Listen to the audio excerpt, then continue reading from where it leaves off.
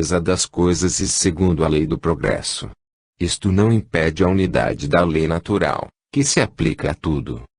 As condições da existência do homem mudam de acordo com os tempos e os lugares, resultando para ele necessidades diferentes e posições sociais apropriadas a essas necessidades. Já que essa diversidade está na ordem das coisas, ela é conforme a lei de Deus, lei que não deixa de ser una em seu princípio. Cabe à razão distinguir as necessidades reais das necessidades artificiais ou convencionais. 636. O bem e o mal são absolutos para todos os homens. A lei de Deus é a mesma para todos, mas o mal depende principalmente da vontade que se tenha de o praticar. O bem é sempre o bem e o mal é sempre o mal, seja qual for a posição do homem, a diferença está no grau de responsabilidade. 637. Será culpado o selvagem que, cedendo ao seu instinto, se alimenta de carne humana? Eu disse que o mal depende da vontade. Pois bem, o homem é tanto mais culpado quanto melhor sabe o que faz. As circunstâncias dão relativa gravidade ao bem e ao mal. Muitas vezes o homem comete faltas que, embora decorrentes da posição em que a sociedade o colocou, não são menos repreensíveis. Mas a sua responsabilidade é proporcional aos meios de que ele dispõe para compreender o bem e o mal.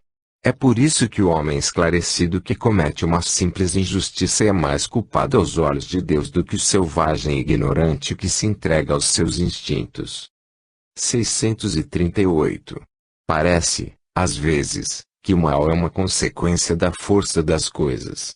Tal, por exemplo, em certos casos, a necessidade de destruição, até mesmo do nosso semelhante.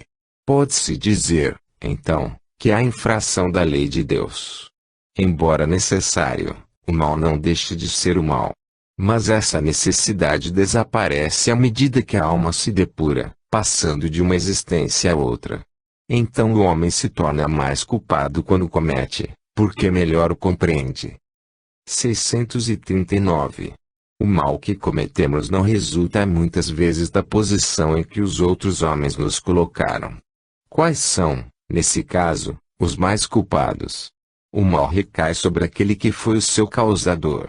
Assim, o homem que é levado a praticar o mal pela posição em que seus semelhantes o colocaram é menos culpado do que aqueles que causaram esse mal, porque cada um será punido não só pelo mal que haja feito, mas também pelo mal que tenha provocado. 640. Aquele que não pratica o mal, mas que se aproveita do mal praticado por outrem, é tão culpado quanto este. É como se houvesse praticado. Aproveitar do mal é participar do mal.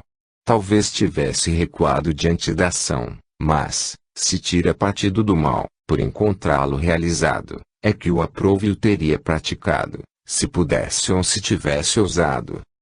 641. O desejo do mal será tão repreensível quanto o próprio mal. Depende. A virtude em resistir-se voluntariamente ao mal que se deseja praticar, sobretudo quando haja a possibilidade de satisfazer-se a esse desejo. Se, porém, faltou apenas ocasião para isso, o homem é culpado. 642. Para agradar a Deus e assegurar a sua posição futura, bastará que o homem não pratique o mal. Não, é preciso que faça o bem no limite de suas forças, pois cada um responderá por todo o mal que haja resultado de não haver praticado o bem. 643. Haverá pessoas que, por sua posição, não tenham possibilidade de fazer o bem. Não há ninguém que não possa fazer o bem. Somente o egoísta nunca encontra a oportunidade de praticar. Basta que se esteja em relação com outros homens para se ter ocasião de fazer o bem, e cada dia da existência oferece essa possibilidade a quem não estiver cego pelo egoísmo.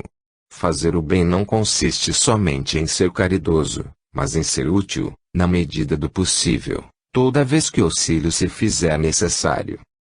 644. O meio em que certos homens se acham colocados não constitui para eles a fonte principal de muitos vícios e crimes. Sim, Mas ainda aí há uma prova que o espírito escolheu, quando em liberdade. Ele quis se expor à tentação para ter o mérito da resistência. 645. Quando um homem se acha, de certo modo, mergulhado na atmosfera do vício, o mal não se torna para ele um arrastamento quase irresistível. Arrastamento, sim, irresistível, não, porque, mesmo dentro dessa atmosfera viciosa, podeis encontrar, algumas vezes, grandes virtudes. São espíritos que tiveram a força de resistir e que, ao mesmo tempo, receberam a missão de exercer boa influência sobre os seus semelhantes. 646. O mérito do bem que se faz está subordinado a certas condições. Em outras palavras, há diferentes graus no mérito do bem. O mérito do bem está na dificuldade em praticá-lo.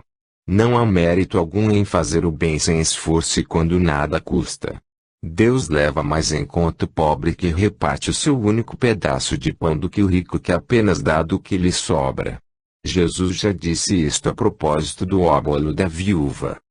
Divisão da lei natural. 647. Toda a lei de Deus está contida na máxima do amor ao próximo, ensinada por Jesus. Certamente essa máxima encerra todos os deveres dos homens uns para com os outros. Mas é preciso mostrar a eles a sua aplicação, pois, do contrário, deixarão de praticá-la, como fazem até hoje. Ademais, a lei natural abrange todas as circunstâncias da vida, e essa máxima é apenas uma parte da lei. Os homens necessitam de regras precisas. Os preceitos gerais e muito vagos deixam muitas portas abertas à interpretação. 648.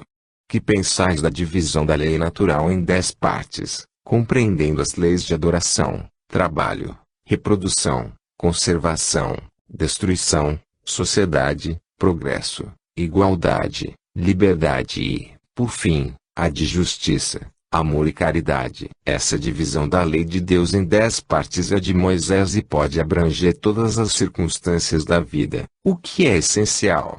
Podes, pois, adotá-la, sem que, por isso, tenha qualquer coisa de absoluta, como não o têm os demais sistemas de classificação, que dependem do ponto de vista sob o qual se considere uma coisa.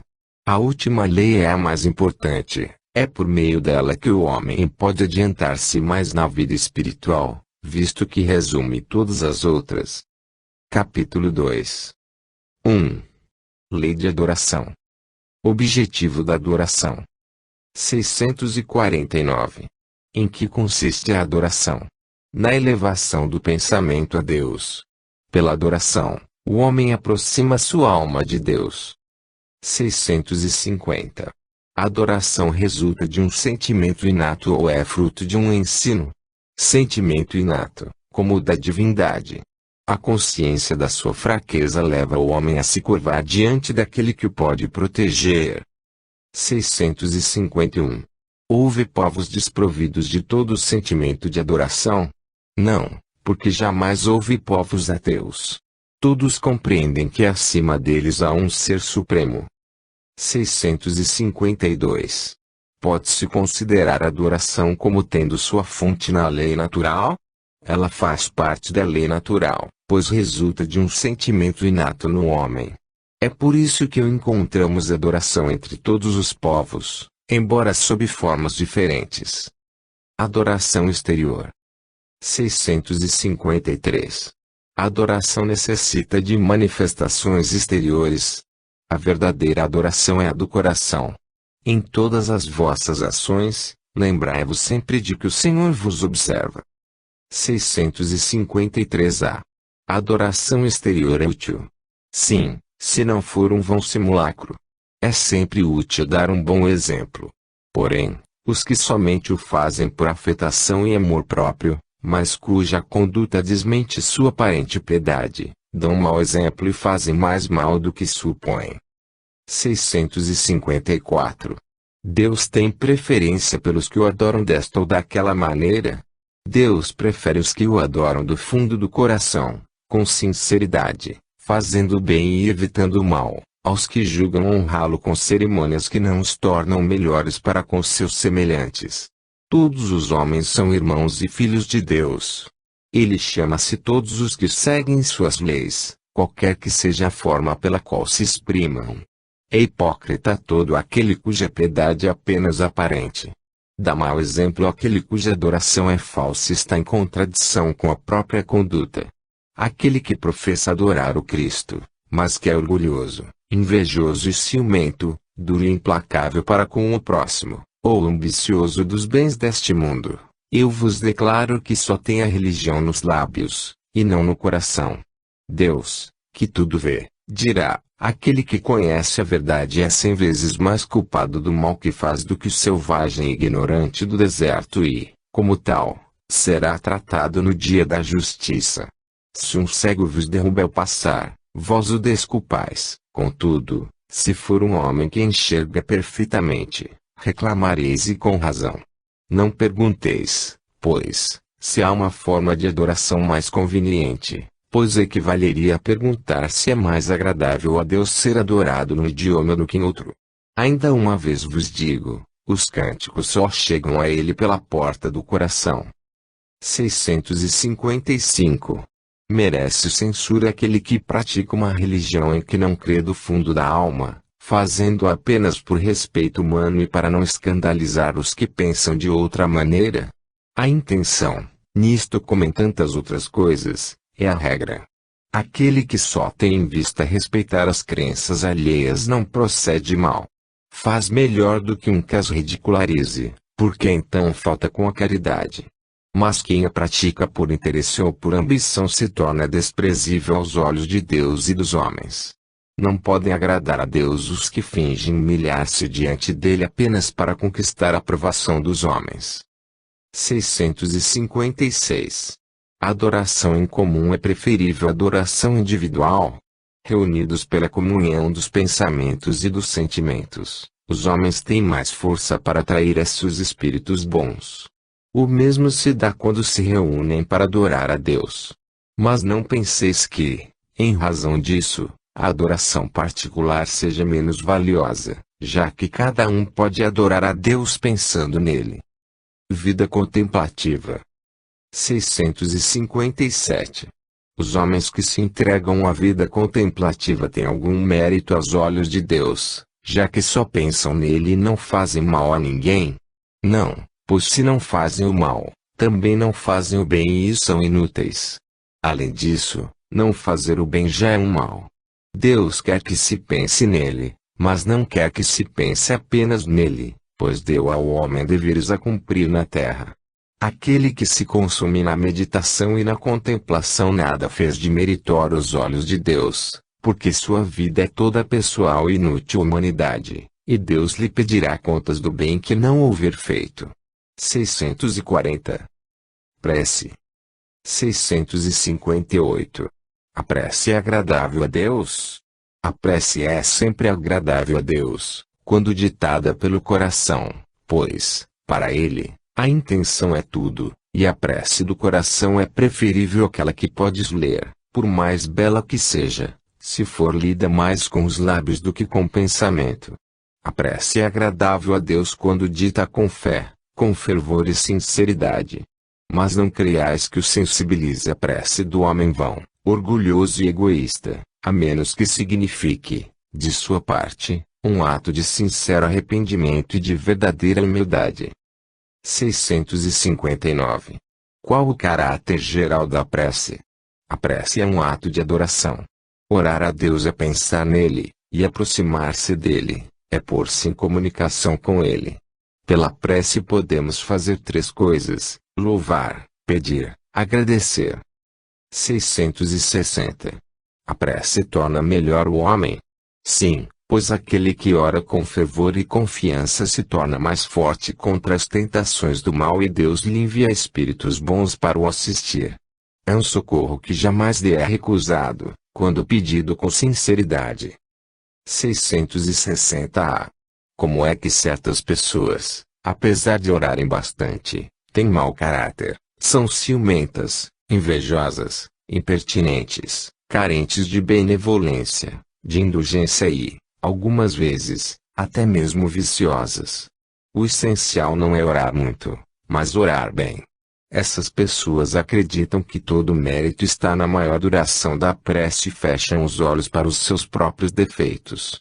Para elas a prece é uma ocupação, um emprego do tempo, mas não um estudo de si mesmas. A ineficácia não é do remédio, mas da maneira como é aplicado. 661. Poderemos utilmente pedir a Deus que perdoe as nossas faltas. Deus sabe discernir o bem do mal. A prece não esconde as faltas. Aquele que pede a Deus o perdão de suas faltas só o obtém se mudar de conduta. As boas ações são a melhor prece, porque os atos valem mais do que as palavras. 662. É possível orar utilmente pelos outros.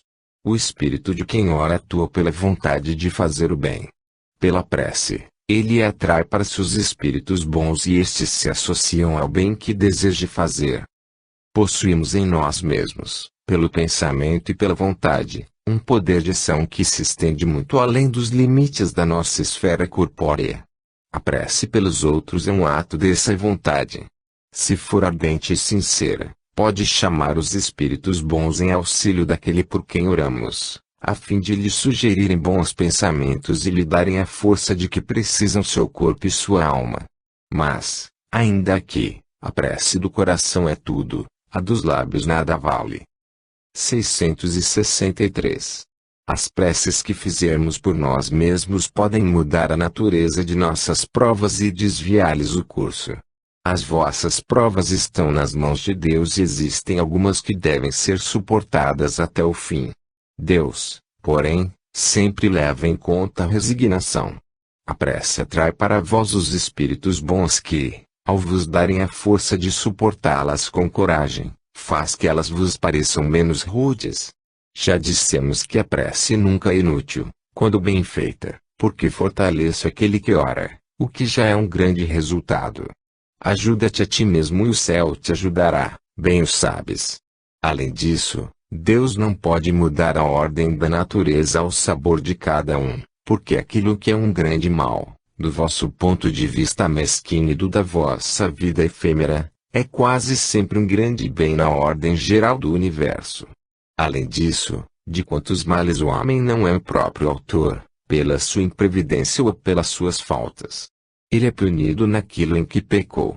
Entretanto, os vossos pedidos justos são atendidos muito mais vezes do que supondes.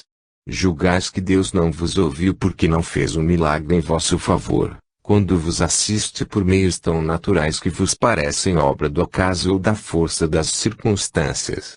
Muitas vezes também, e é o que quase sempre acontece, ele vos sugere a ideia necessária para vos desembaraçardes por vós mesmos das dificuldades que enfrentais. 664. Será útil orar pelos mortos e pelos espíritos sofredores. Nesse caso, como as nossas preces podem proporcionar-lhes alívio e abreviar seus sofrimentos, tem o poder de abrandar a justiça de Deus.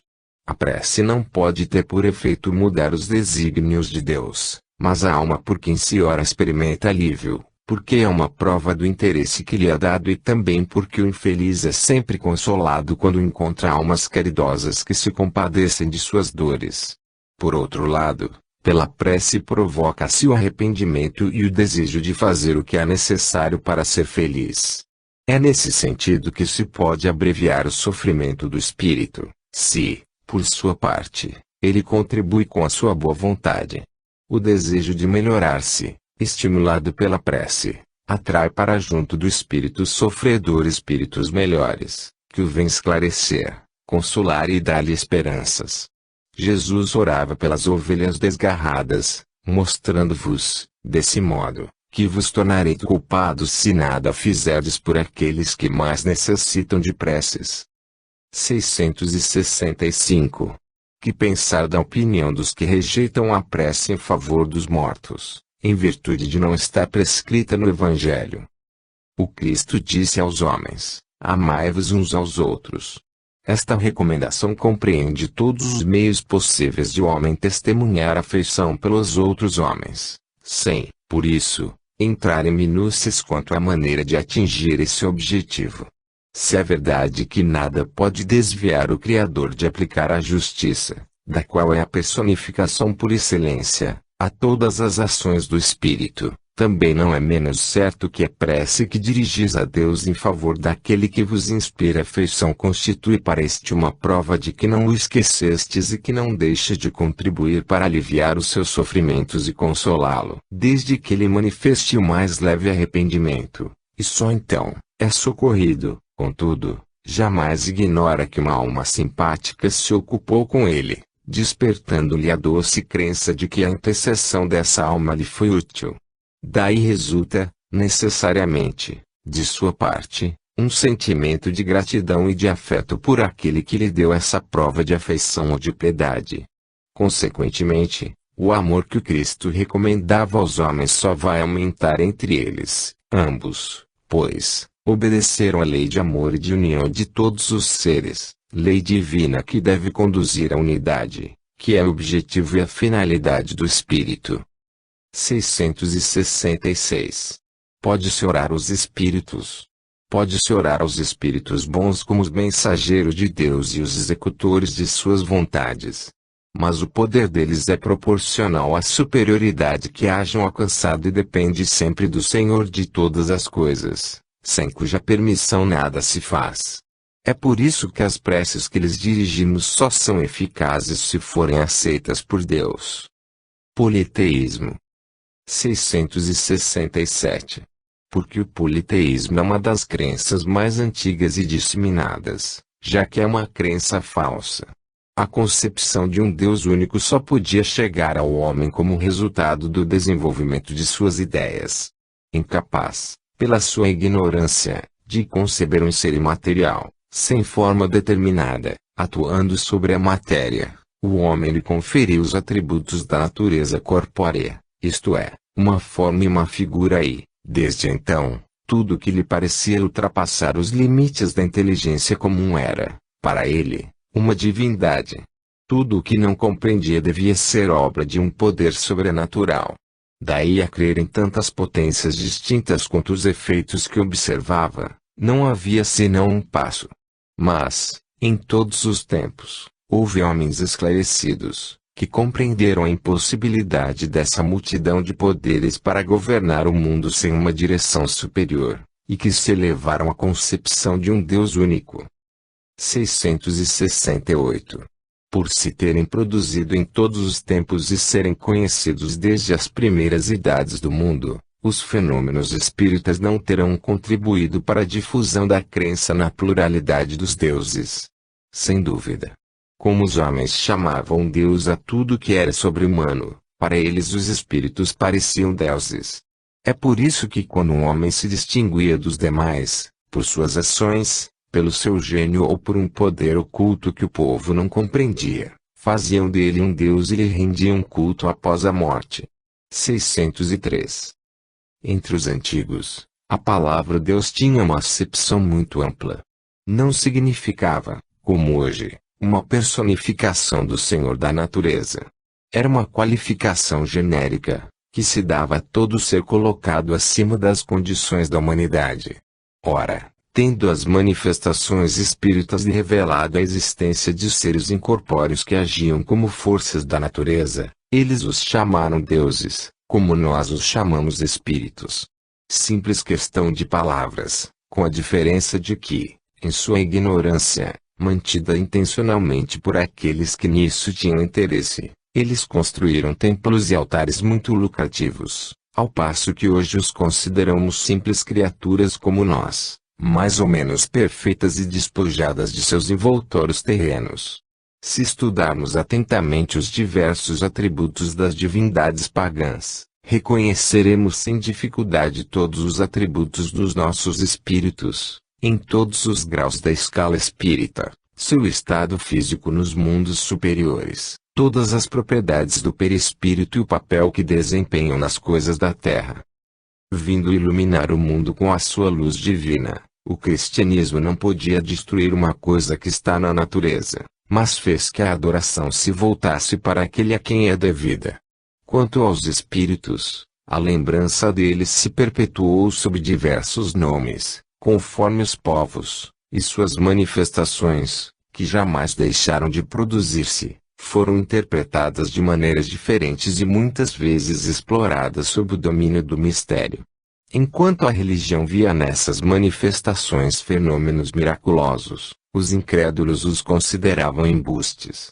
Hoje, graças a estudos mais sérios, feitos em plena luz, o Espiritismo, liberto das ideias supersticiosas que obscureceram durante séculos, nos revela um dos maiores e mais sublimes princípios da natureza.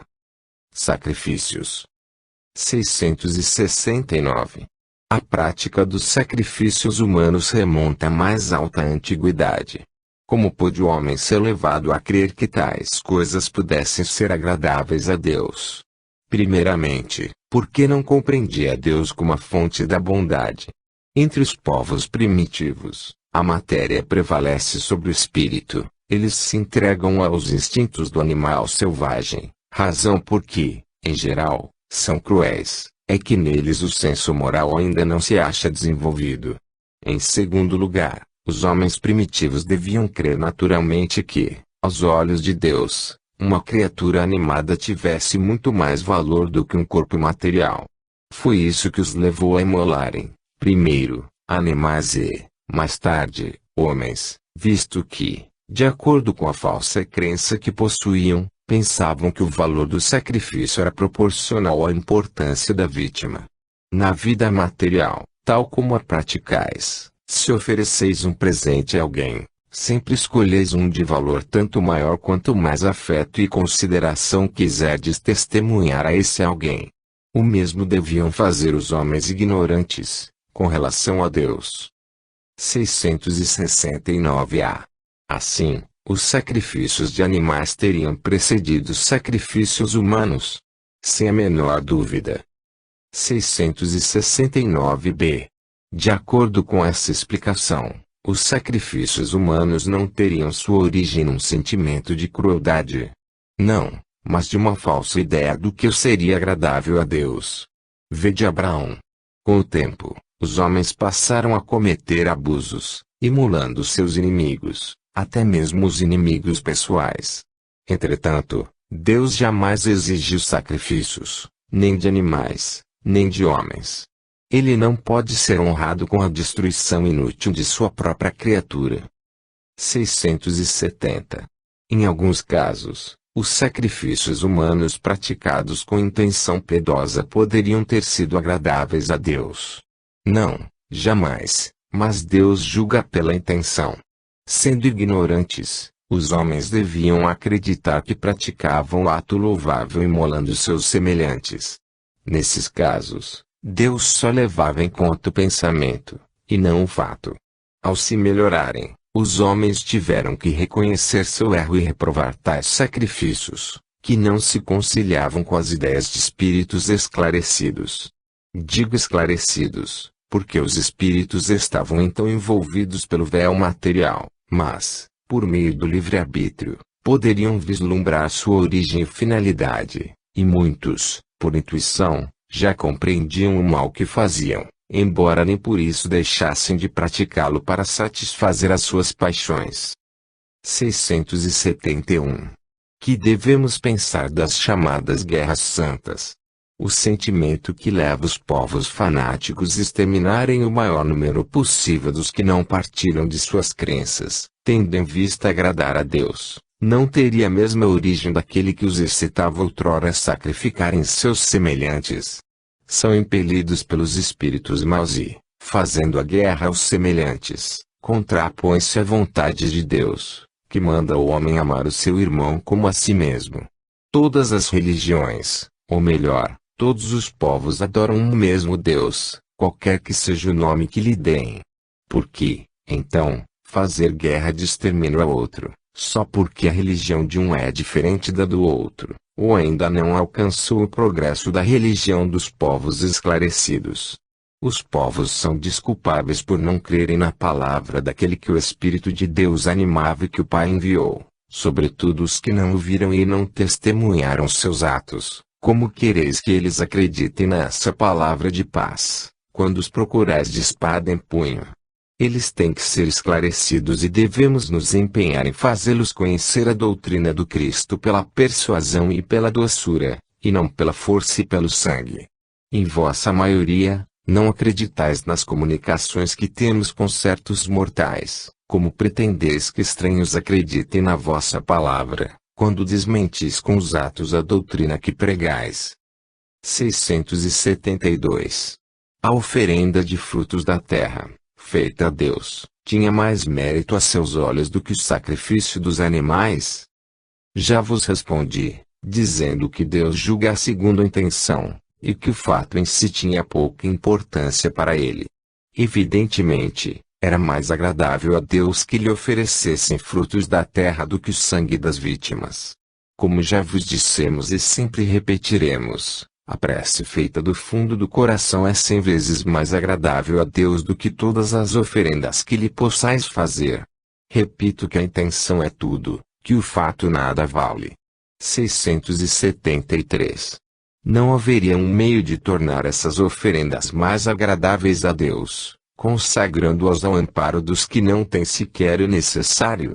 Neste caso, o sacrifício dos animais, praticado com fim útil, não seria mais meritório do que o sacrifício abusivo, que não servia para nada, ou só aproveitava aos que não precisavam de coisa alguma.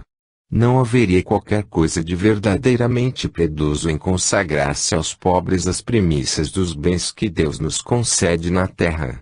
Deus abençoa sempre os que fazem o bem. Amparar os pobres e os aflitos é o melhor meio de honrá-lo. Não quero dizer com isto que Deus desaprove as cerimônias que praticais para orardes a Ele, mas é muito dinheiro que poderia ser empregado mais utilmente. Deus ama a simplicidade em tudo. O homem que se prende às exterioridades e não ao coração é um espírito de visão acanhada. Julgar se Deus deve importar-se mais com a forma do que com o fundo. Capítulo 3. 2. Lei do trabalho. Necessidade do trabalho. 674. A necessidade do trabalho é uma lei da natureza. O trabalho é uma lei da natureza, e por isso mesmo é uma necessidade. A civilização obriga o homem a trabalhar mais, porque aumenta as suas necessidades e prazeres. 675. Só devemos entender por trabalho as ocupações materiais. Não, o espírito trabalha, assim como o corpo. Toda ocupação útil é trabalho. 676. Porque o trabalho é imposto ao homem, por ser uma consequência de sua natureza corpórea. É uma expiação e, ao mesmo tempo, um meio de aperfeiçoar a sua inteligência. Sem o trabalho, o homem permaneceria na infância intelectual. É por isso que seu alimento, segurança e bem-estar dependem do seu trabalho e da sua atividade. Em compensação, Deus outorgou a inteligência ao que é extremamente fraco de corpo. Mas é sempre um trabalho. 677. Porque a natureza assim carrega, por si mesma, de prover a todas as necessidades dos animais. Tudo trabalha na natureza. Como tu, os animais trabalham, mas o trabalho deles, como a inteligência de que dispõe, se limita ao cuidado da própria conservação. Eis porque, entre eles, o trabalho não resulta em progresso, ao passo que, entre os homens, tem dupla finalidade. A conservação do corpo e o desenvolvimento da faculdade de pensar, que é também uma necessidade e o eleva acima de si mesmo. Quando digo que o trabalho dos animais é limitado ao cuidado da própria conservação, refiro-me ao objetivo com que trabalham. Entretanto, quando provêm as próprias necessidades materiais, eles se constituem, mesmo de forma inconsciente, em agentes dos desígnios do Criador. E o trabalho que executam não é menos importante para o objetivo final da natureza, embora quase sempre não possais ver o seu resultado imediato. 678. Nos mundos mais aperfeiçoados, o homem é submetido à mesma necessidade de trabalho. A natureza do trabalho é relativa à natureza das necessidades. Quanto menos materiais são as necessidades, menos material é o trabalho. Mas não julgueis daí que o homem se conserve inativo e inútil. A ociosidade seria um suplício, em vez de ser um benefício. 679. O homem que possui bens suficientes para garantir a sua subsistência estará isento da lei do trabalho? Do trabalho material, talvez, mas não da obrigação de se tornar útil, de acordo com as suas possibilidades, nem do dever de aperfeiçoar a sua inteligência ou a dos outros, o que também é trabalho. Embora o homem a quem Deus concedeu a posse de bens suficientes para assegurar sua existência não seja obrigado a alimentar-se com o suor do seu rosto, a obrigação de ser útil aos seus semelhantes é tanto maior para ele quanto maior tenha sido a cota de tempo livre que lhe coube adiantadamente para fazer o bem. 680. Não há homens que se encontram impossibilitados de trabalhar no que quer que seja cuja existência é inútil. Deus é justo e só condena aquele que voluntariamente tornou inútil a sua existência, pois esse vive à custa do trabalho dos outros. Ele quer que cada um seja útil, de acordo com as suas faculdades. 643. 681. A lei da natureza impõe aos filhos a obrigação de trabalharem para seus pais? Certamente, assim como os pais devem trabalhar para seus filhos. Foi por isso que Deus fez do amor filial e do amor paterno um sentimento natural, a fim de que, por essa afeição recíproca, os membros de uma mesma família fossem levados a se ajudarem mutuamente. Isto é ignorado com muita frequência na vossa sociedade atual. 205. Limite do trabalho. Repouso. 682. Sendo uma necessidade para quem trabalha, o repouso não é também uma lei da natureza? Sem dúvida. O repouso serve para reparar as forças do corpo e também é necessário para dar um pouco mais de liberdade à inteligência, a fim de que se eleve acima da matéria. 683. Qual o limite do trabalho? O limite das forças. Deus, porém, deixa o homem livre. 684. Que pensar dos que abusam de sua autoridade, impondo a seus inferiores excessivo trabalho? É uma das piores ações. Todo homem que tem o poder de mandar é responsável pelo excesso de trabalho que impõe a seus inferiores, porque transgride a lei de Deus. 273. 685. O homem tem o direito de repousar na velhice. Sim, pois está obrigado ao trabalho apenas de acordo com as suas forças. 685-A. No entanto, que fará o velho que precisa trabalhar para viver, mas está incapacitado para o trabalho? O forte deve trabalhar para o fraco. Na falta da família, a sociedade deve tomar o seu lugar, é a lei de caridade. Não basta dizer ao homem que ele deve trabalhar. É necessário que aquele que precisa do trabalho para viver encontre em que se ocupar, o que nem sempre acontece. Quando se generaliza, a falta de trabalho assume as proporções de um flagelo, como a miséria. A ciência econômica procura o remédio para isso no equilíbrio entre a produção e o consumo. Mas esse equilíbrio, mesmo que seja possível estabelecer-se, sempre sofrerá intermitências, durante as quais o trabalhador também precisa continuar vivendo. Há um elemento a que não se tem dado o devido valor e sem o qual a ciência econômica não passa de simples teoria: a educação. Não a educação intelectual, mas a educação moral. Não nos referimos à educação moral pelos livros, e sim a que consiste na arte de formar os caracteres, aquela que cria hábitos, uma vez que a educação é o conjunto dos hábitos adquiridos. Quando se pensa na grande quantidade de indivíduos que todos os dias são lançados na torrente da população, sem princípios, sem freio e entregues a seus próprios instintos, serão de admirar as consequências desastrosas que daí resultam.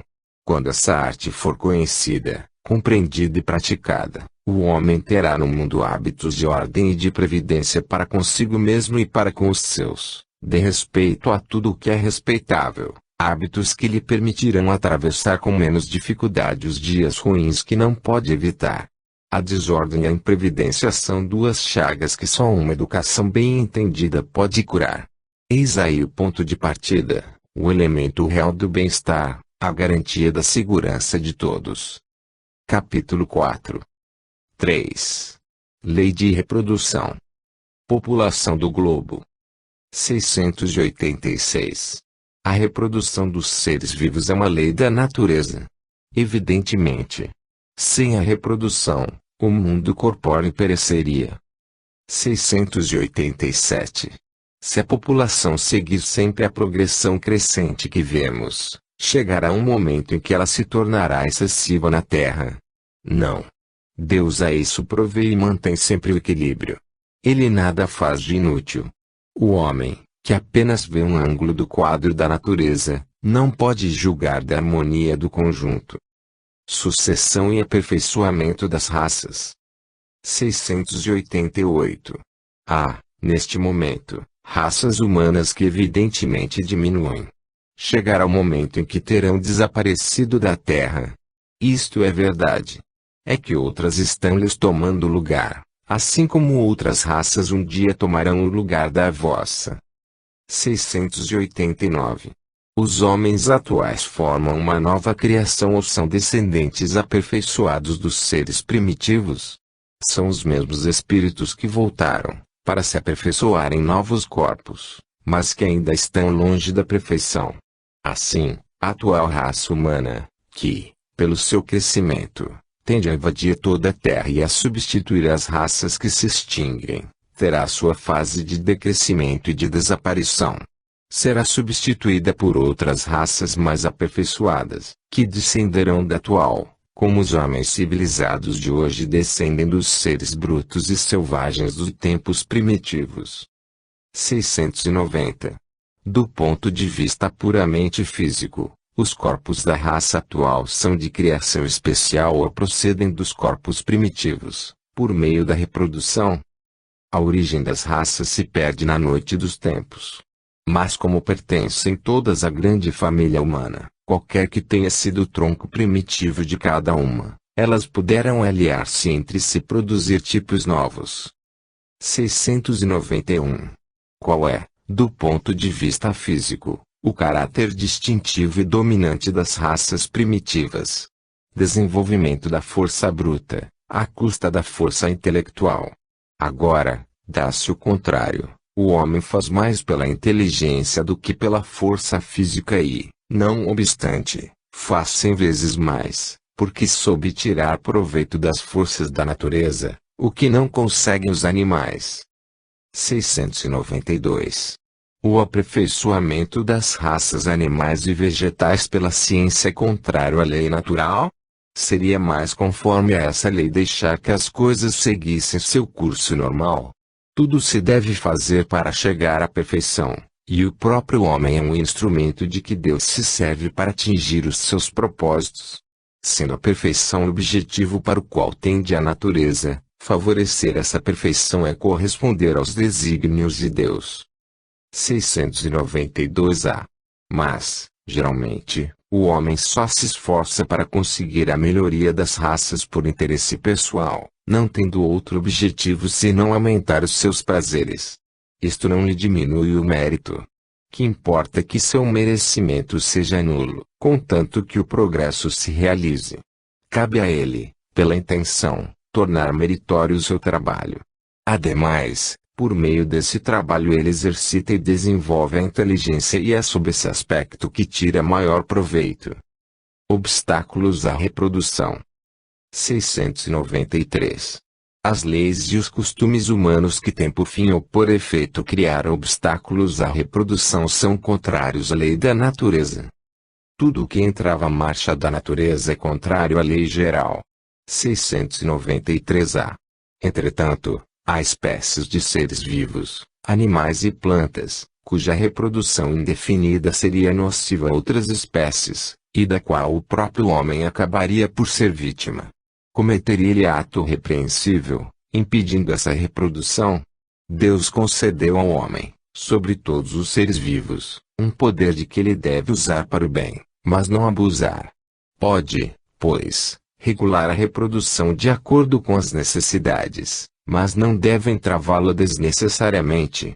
A ação inteligente do homem é um contrapeso instituído por Deus para restabelecer o equilíbrio entre as forças da natureza, e é ainda isso que distingue o homem dos animais, pois ele age com conhecimento de causa.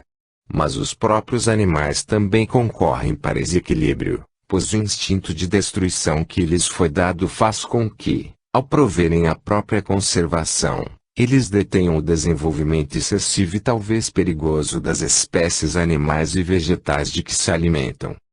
694.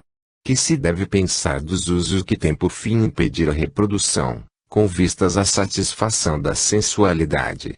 Isso prova a predominância do corpo sobre a alma enquanto o homem está pegado à matéria. Casamento e celibato. 695. O casamento, isto é, a união permanente de dois seres, é contrário à lei da natureza. É um progresso na marcha da humanidade. 696. Qual seria o efeito da abolição do casamento sobre a sociedade humana? Uma regressão à vida dos animais. A união livre e casual dos sexos é o estado de natureza. O casamento constitui um dos primeiros atos de progresso nas sociedades humanas, porque estabelece a solidariedade fraterna e se encontra entre todos os povos, embora em condições diversas. A abolição do casamento seria, pois, o retorno à infância da humanidade e colocaria o homem abaixo mesmo de certos animais que lhe dão o exemplo de uniões constantes. 697. A indissolubilidade absoluta do casamento está na lei da natureza ou somente na lei humana? É uma lei humana muito contrária à lei da natureza. Mas os homens podem modificar suas leis, só as leis da natureza são imutáveis. 698. O celibato voluntário é um estado de perfeição meritório aos olhos de Deus? Não, e os que assim vivem, por egoísmo, desagradam a Deus e enganam a todos. 699. O celibato voluntário não representa um sacrifício que fazem certas pessoas com o fim de se dedicarem mais inteiramente ao serviço da humanidade? Isso é muito diferente. Eu disse, por egoísmo. Todo sacrifício pessoal é meritório, quando feito para o bem. Quanto maior o sacrifício, tanto maior o mérito. Deus não pode contradizer-se, nem achar ruim o que ele próprio fez. Não pode, pois, ver mérito algum na violação de sua lei. Mas, se o celibato, em si mesmo, não é um estado meritório, o mesmo não sucede quando constitui, pela renúncia às alegrias da família, um sacrifício praticado em favor da humanidade. Todo sacrifício pessoal, tendo em vista o bem e sem qualquer ideia egoísta, eleva o homem acima da sua condição material. Poligamia. 700. A igualdade numérica aproximada entre os sexos é um indício da proporção em que devam unir-se. Sim, porquanto tudo na natureza não tem um fim. 701. Qual das duas, a poligamia ou a monogamia, é mais conforme à lei da natureza? A poligamia é a lei humana cuja abolição marca um progresso social. O casamento, segundo as vistas de Deus, deve fundar-se na afeição dos seres que se unem. Na poligamia não há afeição real, mas apenas sensualidade. Se a poligamia fosse conforme à lei da natureza, deveria tornar-se universal, o que seria materialmente impossível, considerando-se a igualdade numérica dos sexos. A poligamia deve ser considerada como um uso ou legislação particular apropriada a certos costumes, e que o aperfeiçoamento social faz que desapareça pouco a pouco. Capítulo 5.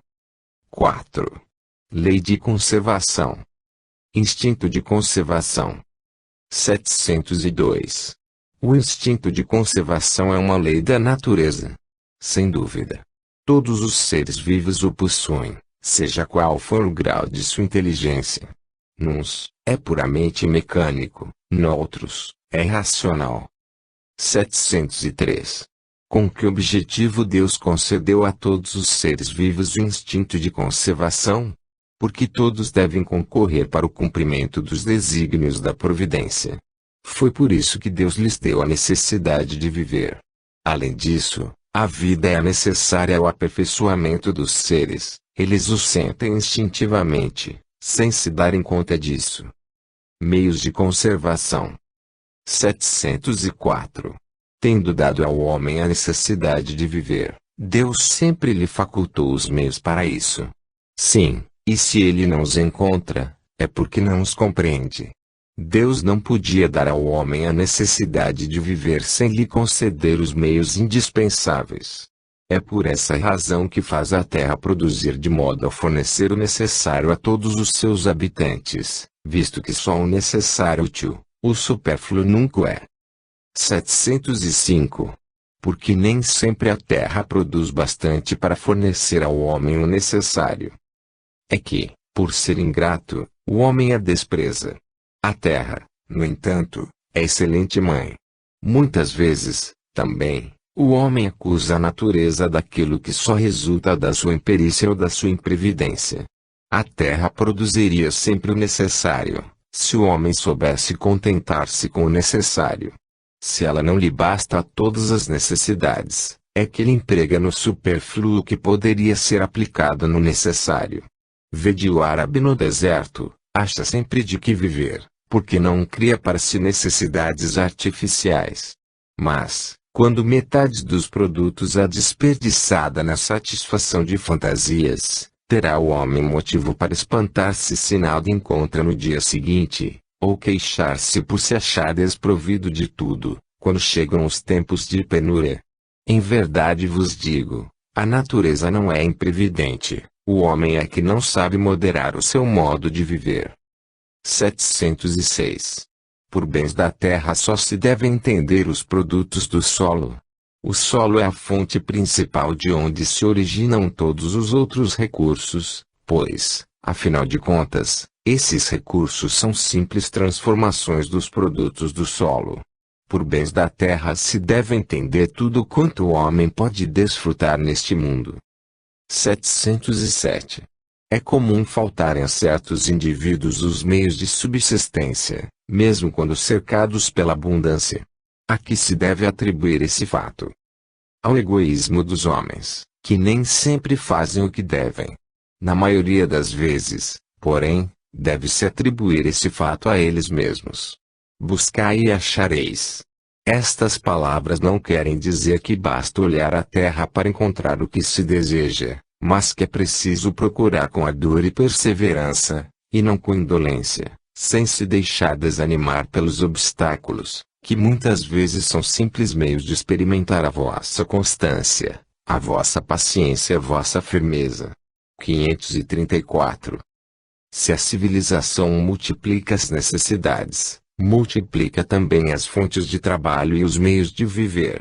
Mas é preciso admitir que, sob esse aspecto, muito ainda lhe resta por fazer. Quando ela tiver realizado sua obra, ninguém poderá dizer que lhe falte o necessário, a não ser por sua própria culpa. Para muitas pessoas, a infelicidade resulta do caminho por onde enveredaram, bem diferente daquele que a natureza lhes traçou. É então que lhes falta inteligência para vencerem. Para todos há lugar ao sol, mas com a condição de que cada um ocupe o seu, e não o dos outros. A natureza não pode ser responsável pelos vícios da organização social, nem pelas consequências da ambição e do amor próprio. Entretanto, seria preciso que se fosse cego para não se reconhecer o progresso que, nesse sentido, têm realizado os povos mais adiantados.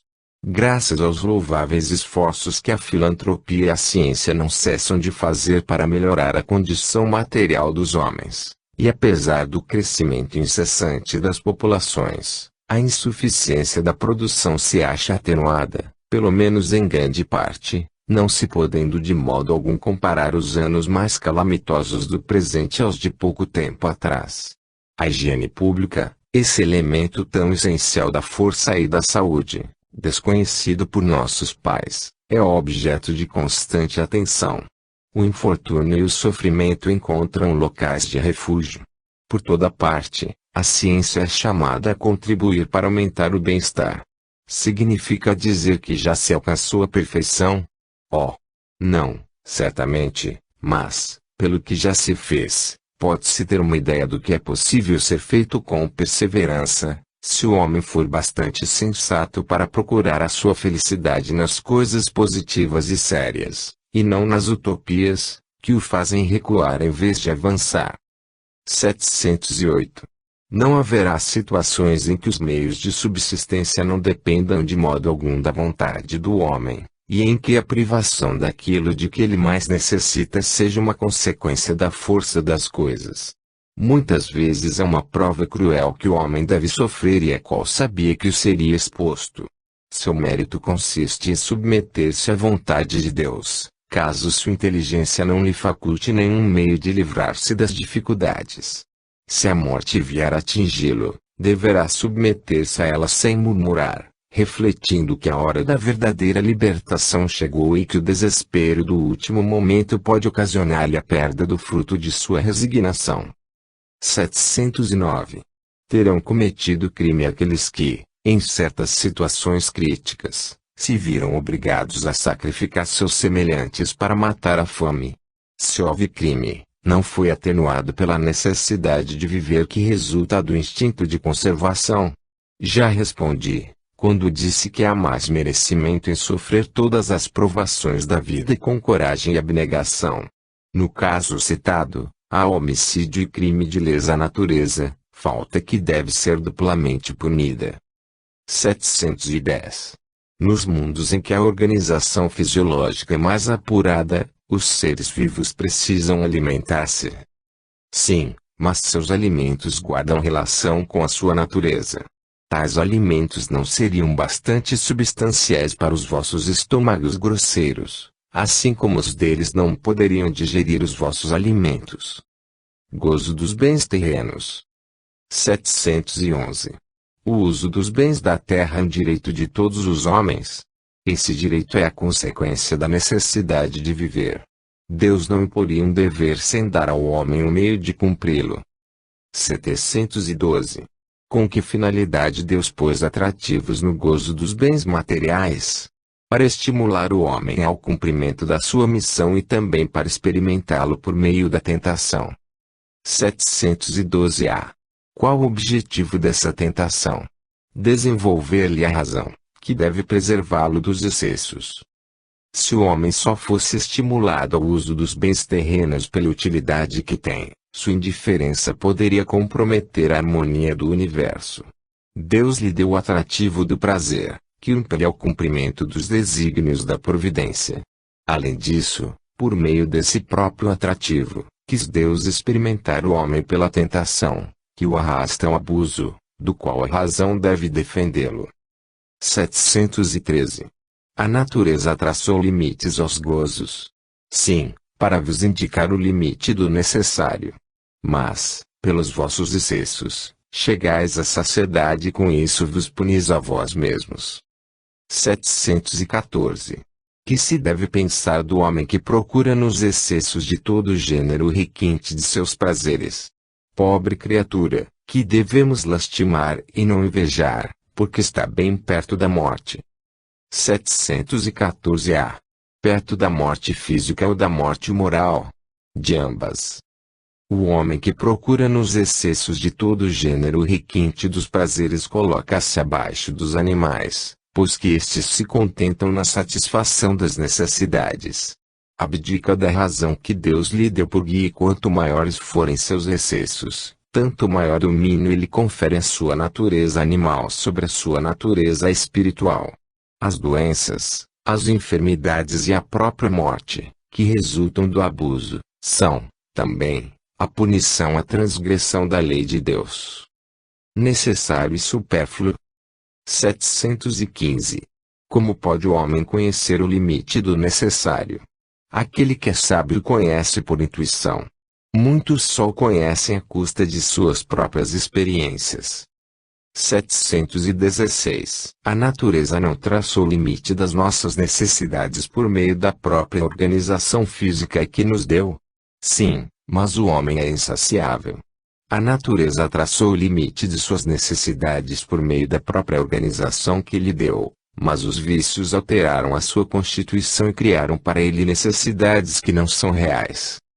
717. Que se deve pensar dos que se apropriam dos bens da terra para se proporcionarem o supérfluo?